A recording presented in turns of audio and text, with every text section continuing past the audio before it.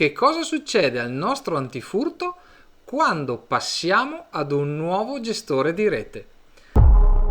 Ciao, sono Davide Marcomini e nella vita faccio l'installatore di sistemi di sicurezza.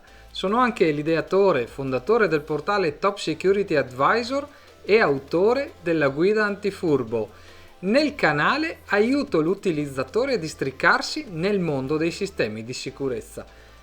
Nel video di oggi vorrei dare una spiegazione, non un vero tutorial, circa le operazioni da eseguire quando cambiamo operatore di rete, ovvero passiamo da un gestore all'altro per la connessione ad internet e il nostro impianto di allarme sfrutta proprio la connessione a internet per le applicazioni, per poterlo raggiungere da remoto. Ecco, che cosa succede quindi quando l'operatore telefonico, il nuovo gestore telefonico, ci cambia questa scatoletta qui, ovvero il router. Perché ho detto non un vero e proprio tutorial? Beh, chi mi segue nel canale lo sa, io non faccio tutorial per il fai da te, quanto piuttosto cerco di dare delle spiegazioni circa i problemi quotidiani che possono succedere più di frequente.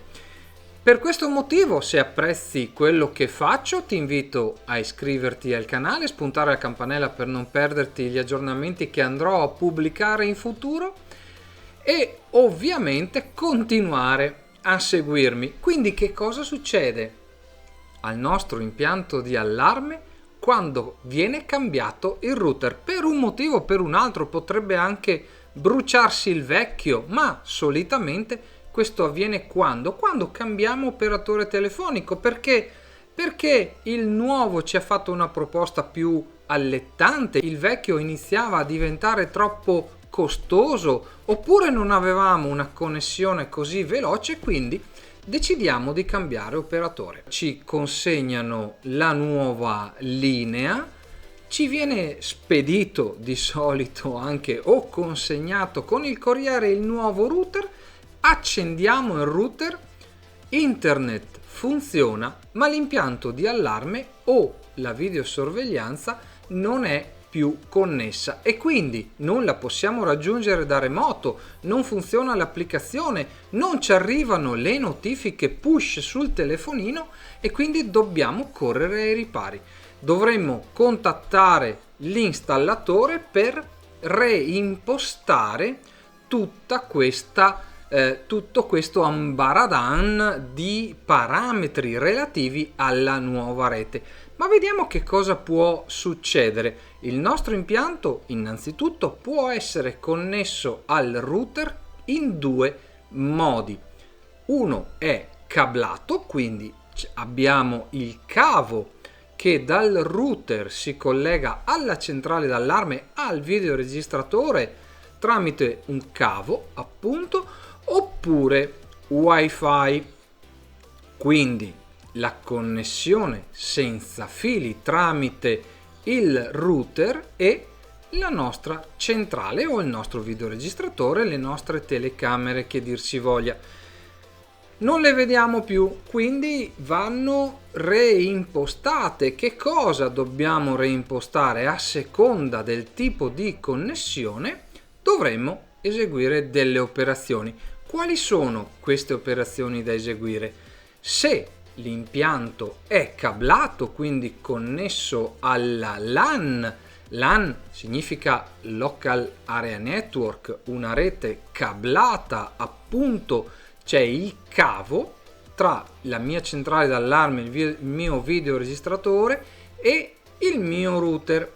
In questo caso le opzioni possibili possono essere due, ovvero il mio impianto sfrutta la connessione cablata ed è impostato in DHCP, ovvero prende in automatico le impostazioni di rete dal router.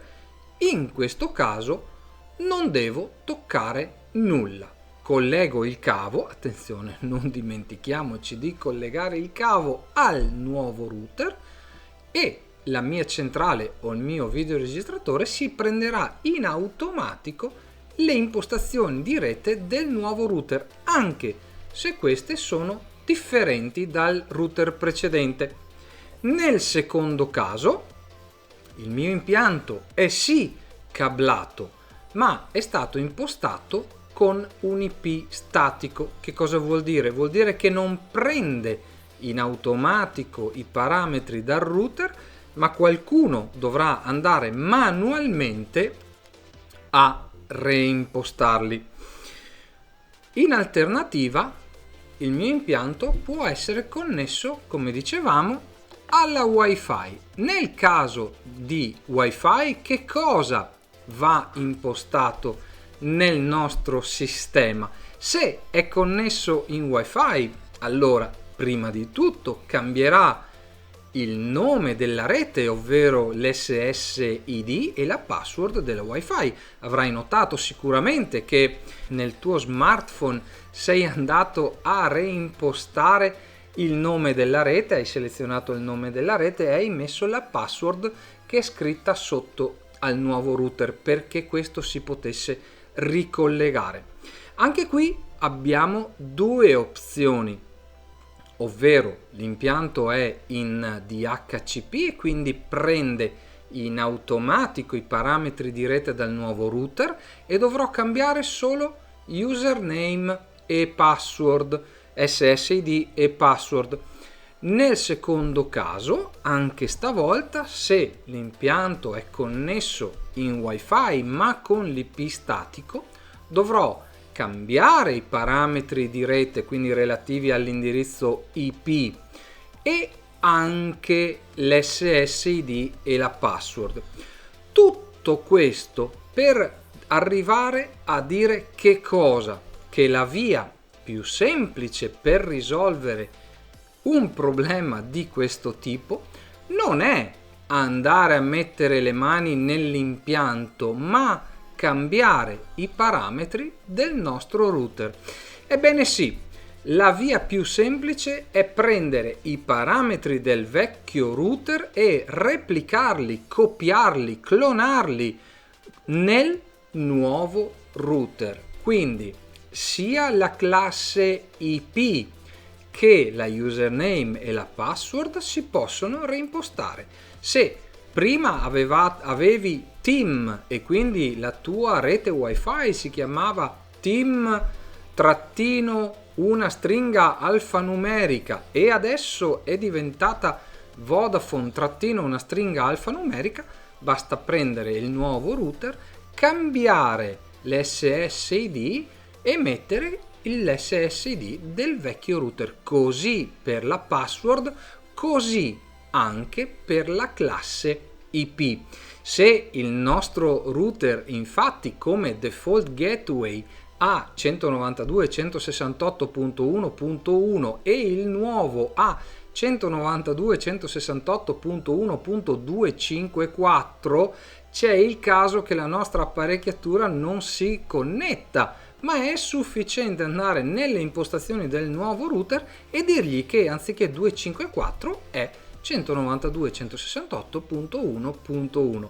Attenzione però, andare a mettere le mani nei parametri del router potrebbe compromettere il funzionamento dell'intera rete, quindi se non sai dove andare a mettere mano esattamente, ti consiglio di lasciar perdere e di contattare l'installatore. Ecco, spero di averti dato uno spunto utile per risolvere quello che è un problema abbastanza frequente al cambio del gestore di rete. Se non l'hai ancora fatto, ti invito nuovamente a iscriverti al canale e spuntare la campanella per non perderti gli aggiornamenti che andrò a pubblicare in futuro. Io ti aspetto nei prossimi video. Ciao!